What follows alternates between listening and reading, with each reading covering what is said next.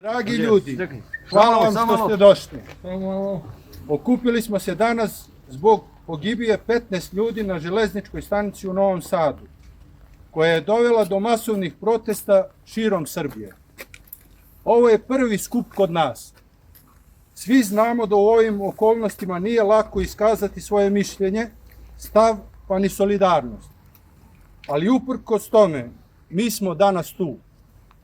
Sada ću vam pročitati imena nastradalih, nakon čega ću vas zamoliti da sa 15 minuta ćutanja odamo počast tim ljudima. Sara, Valentina, Đorđe, Milica, Nemanja, Anđela, Miloš, Stefan, Sanja, Goranka, Vukašin, Mileva, Đuro, Vasko, Anja, Stefan, Bojan, Igor.